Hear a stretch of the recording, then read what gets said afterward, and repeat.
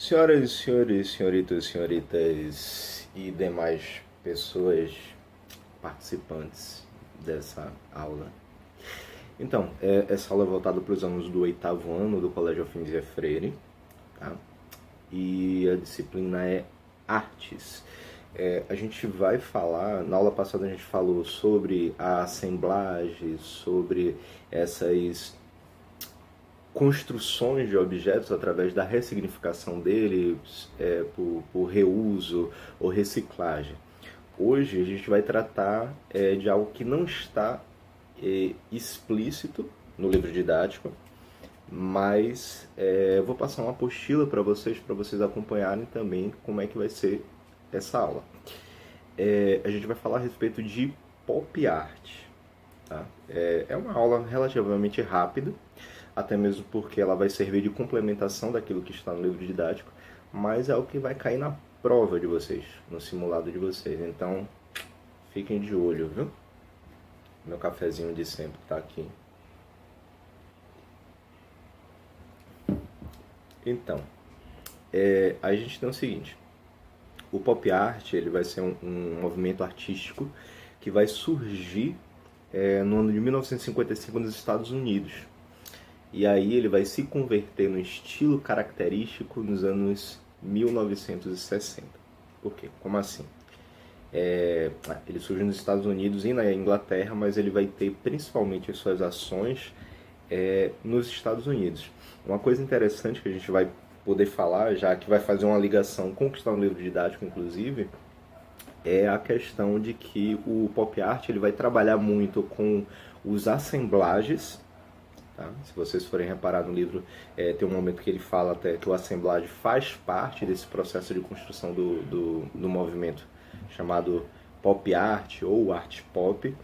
E o pop art ele vai ser um dos primeiros movimentos que vão fazer uma crítica muito forte ao consumismo, à ideia do capitalismo, ao consumismo, ao excesso de produção e de que forma a gente vai poder pegar esses materiais que foram, esses materiais industrializados, esses materiais que já foram utilizados pelas pessoas, de que forma que você pode trabalhar eles para que simplesmente eles não se tornem uma montanha de lixo que, como vocês bem sabem, não existe a ideia do jogar fora quando a gente vive aqui no planeta. Afinal de contas, se você tira de um lugar, ele vai exatamente para um outro lugar. Então, por mais que você tire dentro de sua casa, ele vai para um lixão.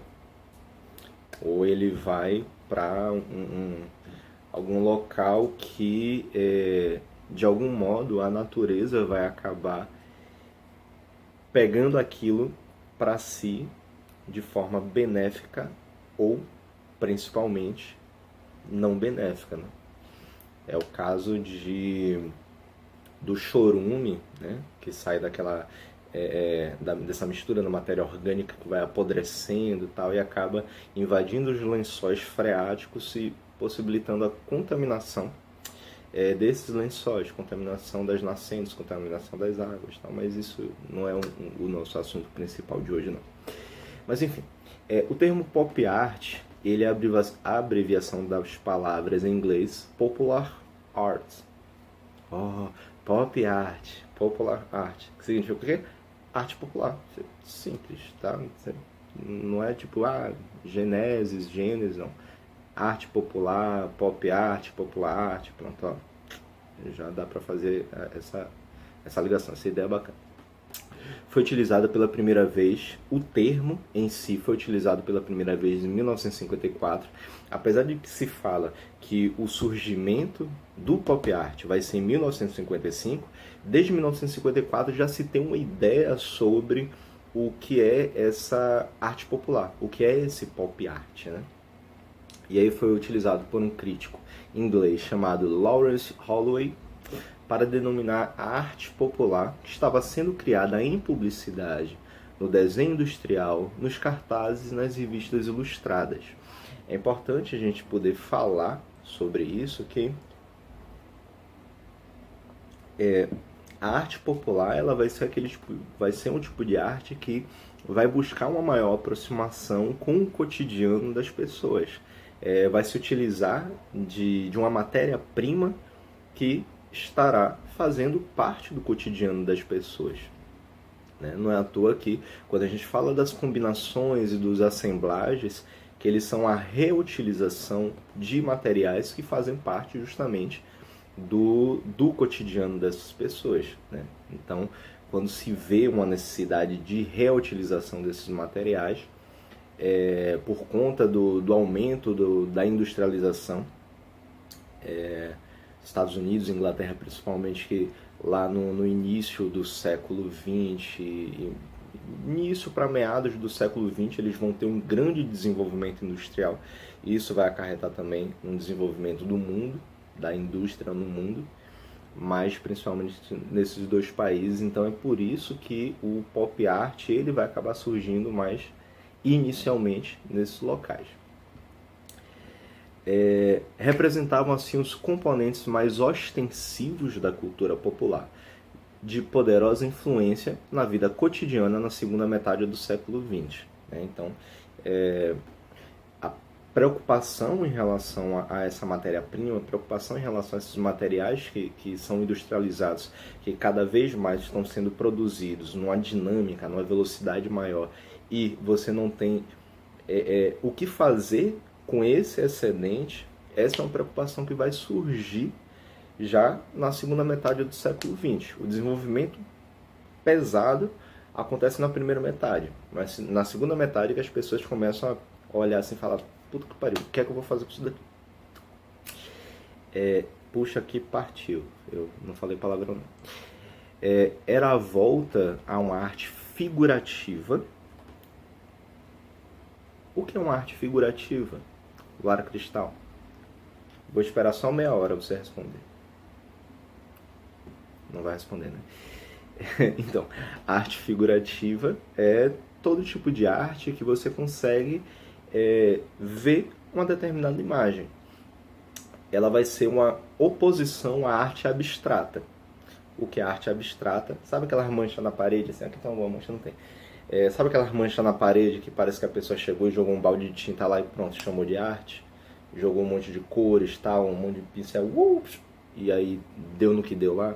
Então, isso é meio que arte abstrata. Tem um significado? Tem. Todo mundo consegue compreender? Não. Mas a arte figurativa é aquele tipo de arte em que a imagem que está impressa, a imagem que está pintada naquele quadro, as pessoas podem passar por ele, olhar e reconhecer o que é que está desenhado, o que é que está pintado ali. Por mais que você não consiga nem interpretar o significado por trás daquilo, mas você consegue ver, tem uma imagem de uma pessoa ali. Talvez você não saiba nem quem é a pessoa, qual é o contexto daquela imagem, mas só o fato de você perceber que existe uma figura ali, já consegue configurar isso em arte figurativa. Tá? Então, era a volta a uma arte figurativa em oposição ao expressionismo abstrato, que dominava a cena estética desde o final da Segunda Guerra Mundial. Sua iconografia era a da televisão, da fotografia, dos quadrinhos, do cinema e da publicidade. Iconografia, vamos lá. O que é iconografia? Importante que vocês saibam também. A gente já falou isso inclusive em sala de aula. Iconografia. Ícono é a ideia de ícone, é a ideia de figura. Tá? Grafia é escrita. Então, é como se a gente dissesse que é uma escrita através da imagem. Então, através das imagens, vocês conseguem reconhecer o que é que está sendo dito, o que tenta se dizer ali, né? Então, essa iconografia, de que forma que se consegue obter? Através da televisão, das imagens que aparecem lá na televisão, né? Ó, imagem na televisão, senão seria no rádio, né? Fotografia, imagem, tá bonitinho. Os quadrinhos têm um crescimento bastante forte nesse período da década de 50, 60. As charges políticas também vão influenciar muito nessa visão a respeito de sociedade. O pop art vai ajudar essas imagens elas crescerem também nesse período. Cinema e publicidade, com o objetivo da crítica irônica, crítica sempre, expressões artísticas, principalmente no século XX, arte, o que a gente chama de arte contemporânea, tá? A arte moderna é mais antiga. É importante que vocês consigam diferenciar isso também. Quando a gente fala de arte moderna e arte contemporânea, por mais que o nome moderna apareça, moderna é algo atual. Sim e não. Na arte, quando a gente fala a respeito de arte, a arte moderna é aquilo que vai estar compreendido até mais ou menos a primeira metade do século XX. Depois disso, a partir da década de 50, com o pop art, por exemplo, a gente já vai entrar na arte contemporânea. Aquilo que é contemporâneo nosso, aquilo que está vivendo ao mesmo tempo que a gente. Tudo bem que eu acho que não tem ninguém da década de 50, né? Tipo, sei lá, Arthur tem uma cara de velho, mas eu acho que ele não chega a ser década de 50, não. Eu acho. Será? Mas enfim. Então a gente vai chamar de contemporâneo tudo aquilo que faz parte do momento atual. Tipo, nós somos agentes da história. Nesse momento que a gente está vendo, a situação política do Brasil, a situação política do mundo, é algo contemporâneo. Contemporâneo nosso. Nós somos agentes da história. Nós somos pessoas que estamos participando ativamente desse momento histórico que está acontecendo. Que provavelmente daqui a 10, 15, 20, 30, 50 anos pode estar, inclusive, nos livros didáticos. E aí, digamos que você bateu panela na janela de casa, você saiu às ruas levantando a mão, pedindo fora, coisinho. Ele, não, a facada foi fake. E aí, então, de repente, pode estar lá a sua cara estampada num livro de história no momento que você estava participando lá da manifestação, tá ligado? Então, bacana. Você cobra direitos autorais depois, né? Enfim, o objetivo da crítica irônica do bombardeamento da sociedade pelos objetos de consumo, a ideia do excesso de consumismo por conta dessa industrialização toda, esse excedente da produção, sempre essa necessidade que faz com que as pessoas consumam. Tipo, não terminou nem de desgastar uma coisa aqui, você não, já preciso, meu iPhone 10 já está ultrapassado, preciso comprar o iPhone 11, e aí uma semana depois lançam o iPhone 11S, depois iPhone 11S 17, sei lá. Meu celular nem sei qual é meu celular. E então essa necessidade do consumo desenfreado, né, o tempo todo, um atrás do outro, ela operava com signos estéticos massificados pela publicidade, quadrinhos, ilustrações. Signos estéticos, quando a gente fala de signo, é horóscopo? Não, Luara, não é horóscopo, pelo amor de Deus, gente, por favor. Peixe, Libra, não. Signos é a ideia de símbolos. Esses signos, é só você fazer a ligação. Signo, significado. Signo e significado, tá vendo? A origem da palavra significar é você dar um significado, você dá um signo para aquilo, você dá uma simbologia para aquela coisa. Um símbolo, uma ideia daquilo, né? Então, quando a gente fala que ela operava com signos estéticos massificados, são símbolos. Estético é a ideia mesmo de uma imagem que chama a atenção, né? Por isso fala, porque a estética, a ideia de estética é a ideia de beleza, né? A estética do professor é maravilhosa, o professor é lindo, tá, não sei o que. A gente tá falando de Dante, viu? Não sou eu não, porque eu Difícil. E aí, então, quando a gente fala sobre signo estético massificado, massa. Massa. Não. Massa em relação à massificação, em relação à divulgação extensiva de algo, né? Então, quando a gente fala assim, o Flamengo é um time de massa. Pronto, o que é que significa? O Flamengo é considerado o time do povão. A ideia do Flamengo ela foi massificada, foi extensamente divulgada e por conta disso, por conta da forma que ela aparecia o tempo todo, a sua imagem, o seu signo estético, a imagem, o seu escudo, a ideia do time do Flamengo foi o tempo todo colocado lá na televisão. Então, esse signo estético, esse escudo, essa imagem do time, ela foi massificada. Foi colocada tantas vezes ali que acabou chamando a atenção do grande público e acabou fazendo com que se tornasse o time mais popular do país. Então, a publicidade, claro, publicidade, publicitário,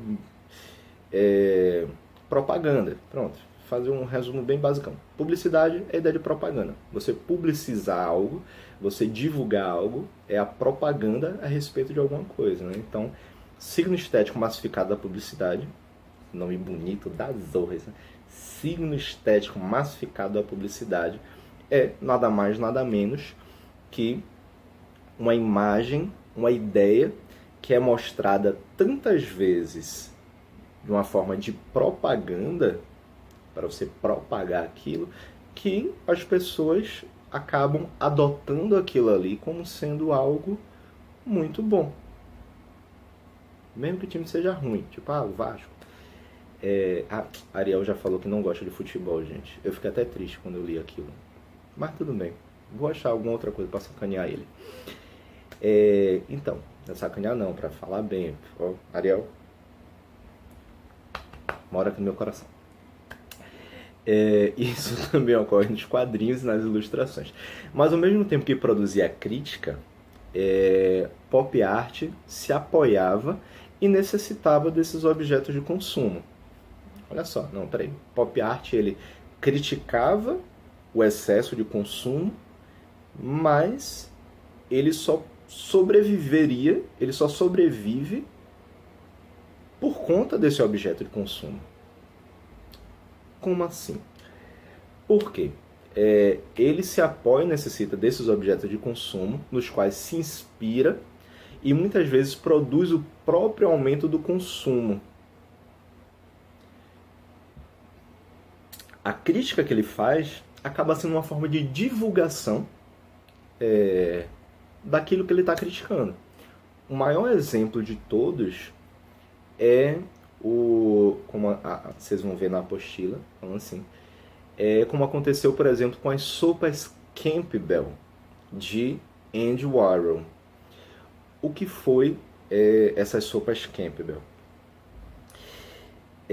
Andy Warhol ele vai fazer ele vai fazer uma exposição em que ele coloca uma série de quadros, em torno de 38 quadros, tipo, grandezinho até, mais ou menos do tamanho do livro de vocês. São, salvo engano, 38 quadros de uma sopa que era bastante famosa na época lá nos Estados Unidos, que eram essas sopas Campbell. Ele vai desenhar à mão cada quadro desse com nada mais nada menos que 38 latas que parecem ser exatamente iguais, mas tem uma grande diferença entre elas, que é o sabor. Então, ele vai pintar 38 latas de sopas Campbell com 38 sabores diferentes e vai expor isso em um museu. Tipo, é uma forma de apresentar a sua arte, de fazer uma crítica sobre essa ideia da massificação, sobre essa ideia da produção em massa, só que ao mesmo tempo ele acaba fazendo propaganda das sopas Campbell. É uma crítica ao excesso de consumo, excesso de produtos iguais, basicamente, ao mesmo tempo que faz uma propaganda daquilo.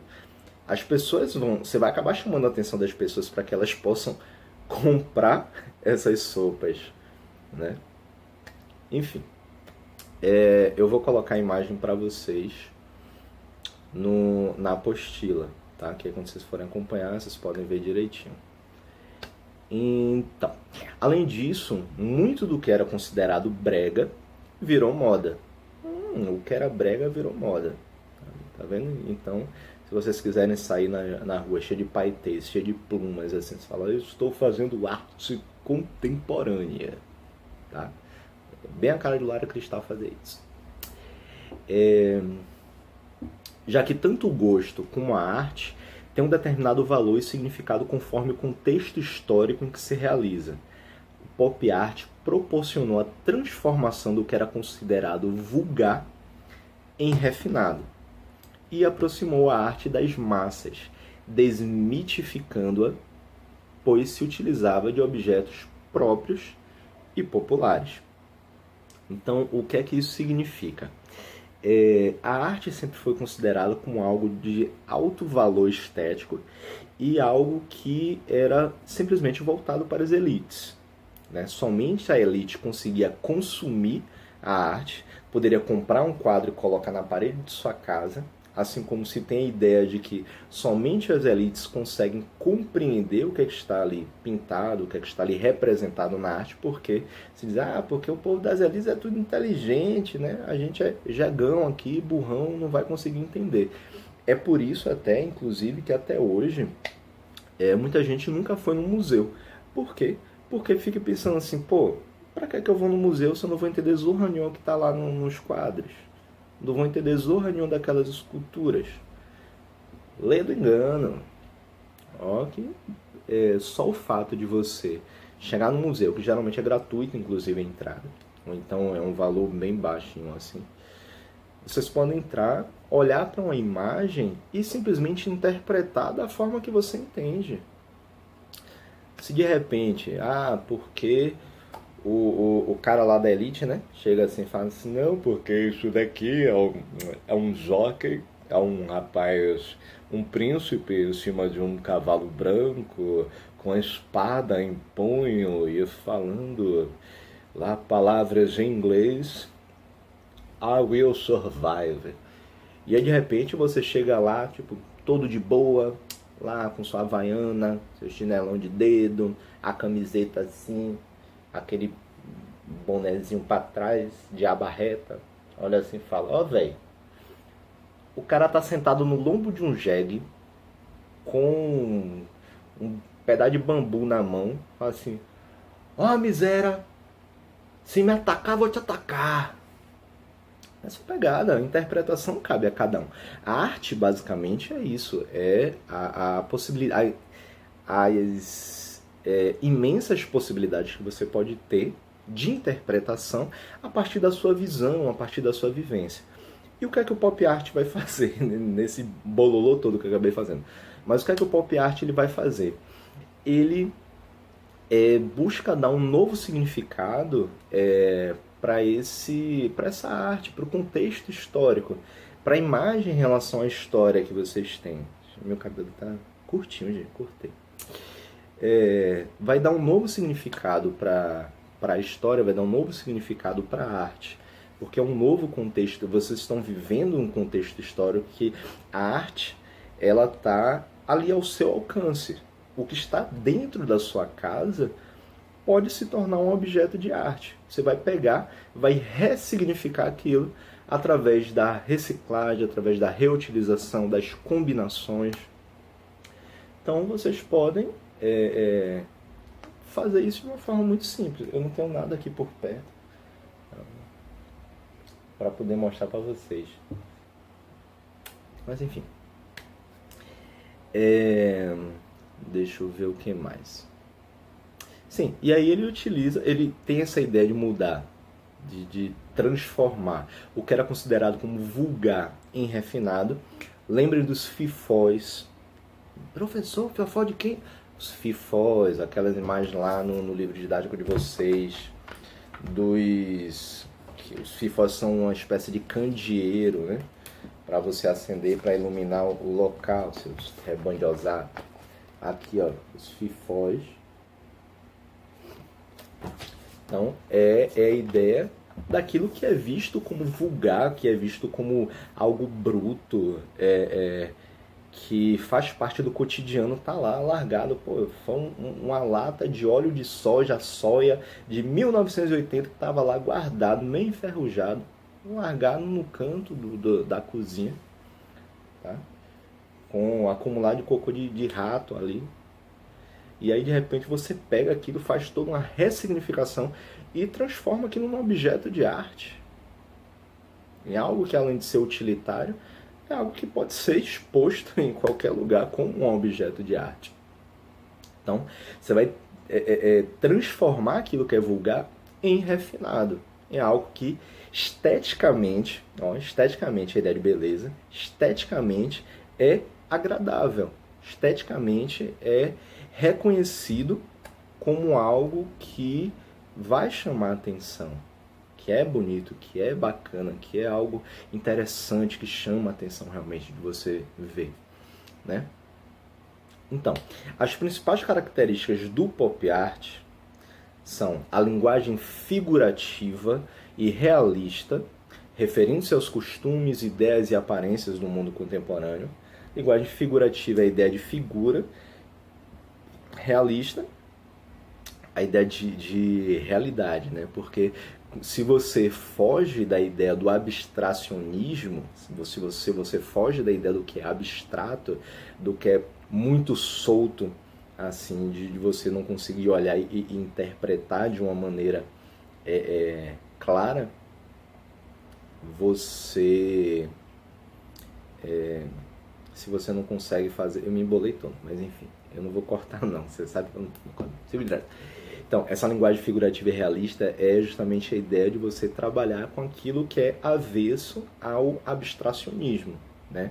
Avesso a essas ideias soltas. Você tem algo fixo ali, a ideia da figura, da imagem, da realidade, daquilo que faz parte do cotidiano. Isso vai pegar, ó o que vai falar aqui, ó, referindo-se aos costumes, ideias e aparências do mundo contemporâneo, daquilo que é atual, daquilo que está ali dentro do nosso cotidiano. Temática extraída do meio ambiente urbano das grandes cidades, de seus aspectos sociais e culturais. Histórias em quadrinhos, revistas, jornais sensacionalistas, fotografias, anúncios publicitários, cinema, rádio, televisão, música, espetáculos populares, elementos da sociedade de consumo e de conveniências, alimentos enlatados, geladeiras, carros, estradas, postos de gasolina, etc. Tudo isso, todas essas imagens, toda essa simbologia, todos esses signos estéticos que são massificados dentro da nossa sociedade, eles farão parte do ambiente artístico utilizado pelo pop art, tá? Então a temática ela vai ser toda extraída disso. Esse meio ambiente, quando a gente fala meio ambiente urbano, é tudo aquilo que faz parte da cidade, algo citadino, faz parte da cidade, das grandes cidades, da industrialização das cidades, das casas, dos prédios, tudo que está envolvido com o nosso cotidiano. A ausência de planejamento crítico, os temas são concebidos como simples motivos que justificam a realização da pintura. Você não precisa estar criticando algo, você não precisa estar com um pensamento de que aquilo é algo grandioso para ser visto, para ser comentado. É a ressignificação do que é uma caneta. Isso aqui é o suficiente para você chegar e fazer uma obra de arte com uma caneta, né? Qualquer ideia pode se tornar uma obra de arte. Qualquer ideia pode se tornar uma obra de arte. Você não precisa vislumbrar algo gigantesco, uma Capela Sistina. A arte tem que ser a Capela Sistina, a arte tem que ser a Mona Lisa. Não, velho. Arte pode ser uma xícara, essa estampa aqui toda na xícara, isso se torna uma obra de arte, Então, é um motivo simples que justifica a realização da pintura, porque esteticamente é bonito. Só. Representação de caráter inexpressivo, preferencialmente frontal e repetitivo. Isso aqui é mais a ideia dos quadrinhos mesmo, que a representação da imagem, da pintura, da figura, ela vai ser algo achatado e não tem muitas expressões faciais, você não consegue ver muita ideia da musculatura se mexendo, como se a gente volta lá no período renascentista, em que as esculturas, as pinturas mostravam bem a musculatura dos corpos, a força, a ideia de movimento. Na representação do pop art, ele vai abusar das cores e as expressões elas vão estar um pouco mais ligadas a essa ideia das cores, não a imagem, o rosto das pessoas, o corpo das pessoas que estiver fazendo, né? Combinação da pintura com objetos reais integrados na composição da obra, como flores de plástico, de garrafas, como uma nova forma dadaísta em consonância aos novos tempos. Assemblagem de combinações. Basicamente é isso que ele fala aqui. Formas e figuras em escala natural e ampliada. Os formatos das imagens de quadrinhos de Lichtenstein. Vai estar também na apostila de vocês algumas imagens criadas pelo Lichtenstein. O Roy Lichtenstein, o nome dele. Formas e figuras em escala natural e ampliada, porque eles vão colocar em imagens gigantescas. É como eu falei, as latas de sopa do Campbell, as latas de sopa Campbell, por exemplo, o tamanho delas vai ser mais ou menos esse. A lata em si é pouco mais de uma mão, né? Deve ser o quê? 10, 12 centímetros, 15 centímetros. Mas a pintura em si vai estar numa imagem ampliada, vai estar bem maior, vai estar em 30 por 20, mais ou menos.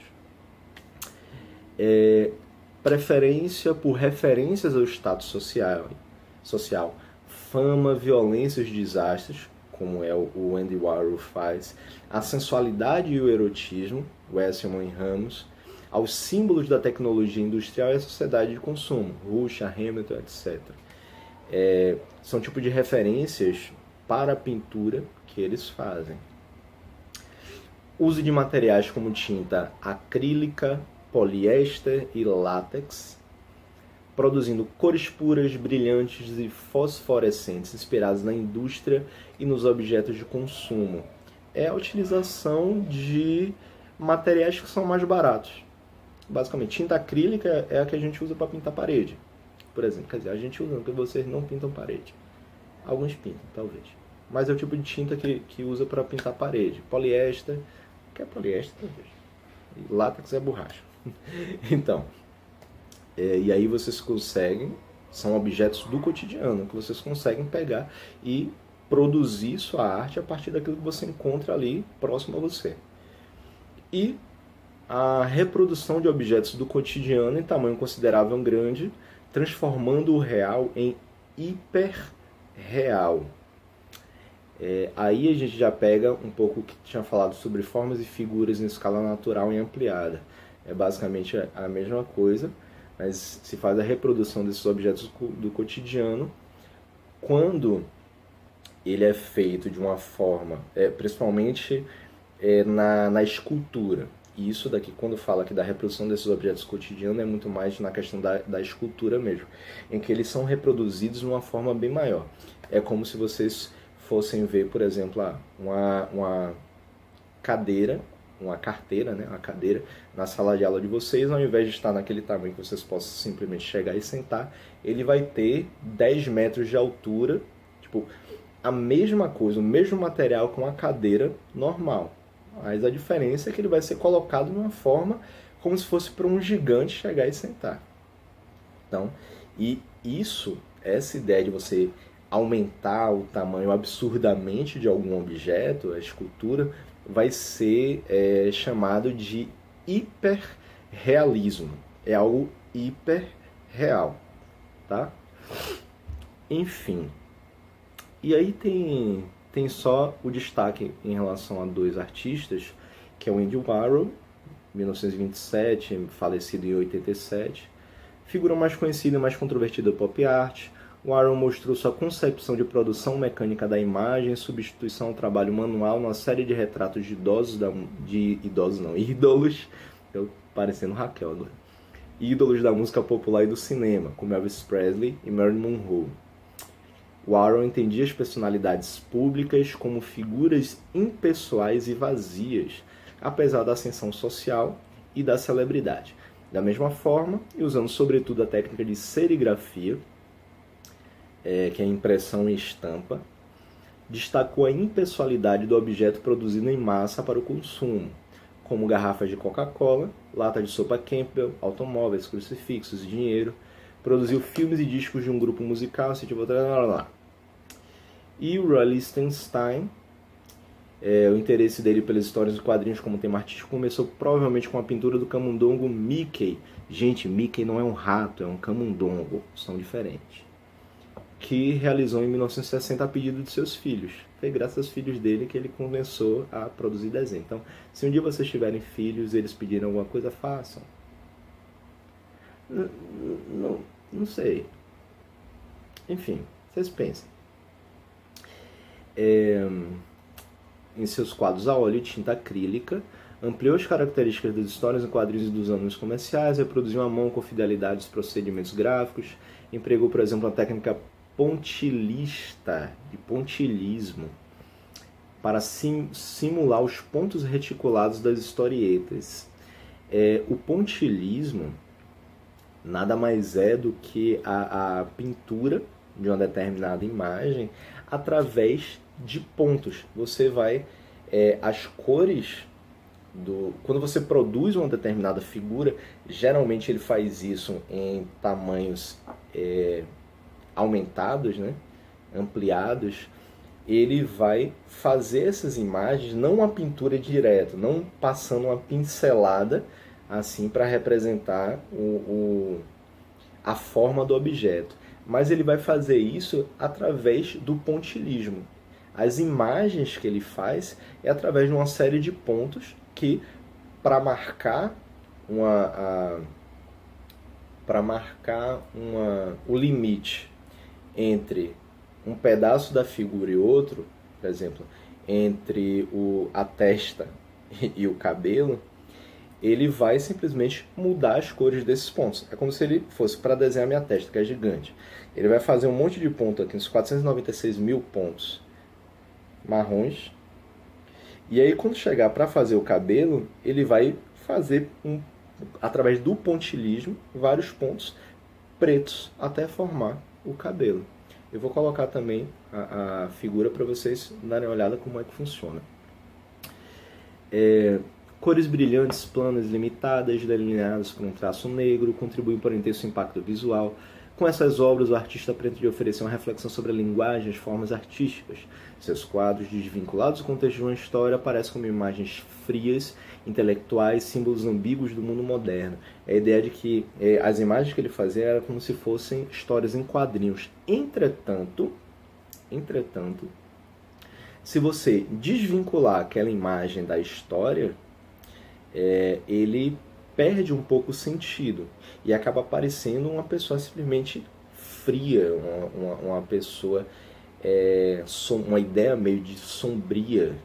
Tá? E o resultado é a combinação da arte comercial e da abstração. Enfim, é isso, galera. Pop art. Finalizamos por aqui. Vocês vão ter a apostila bonitinha com as imagens bonitinhas aí. E é isso, valeu, porque essa aula já tá grande pra caramba e vocês estão de saco cheio de olhar pra minha cara. Beijo, tchau.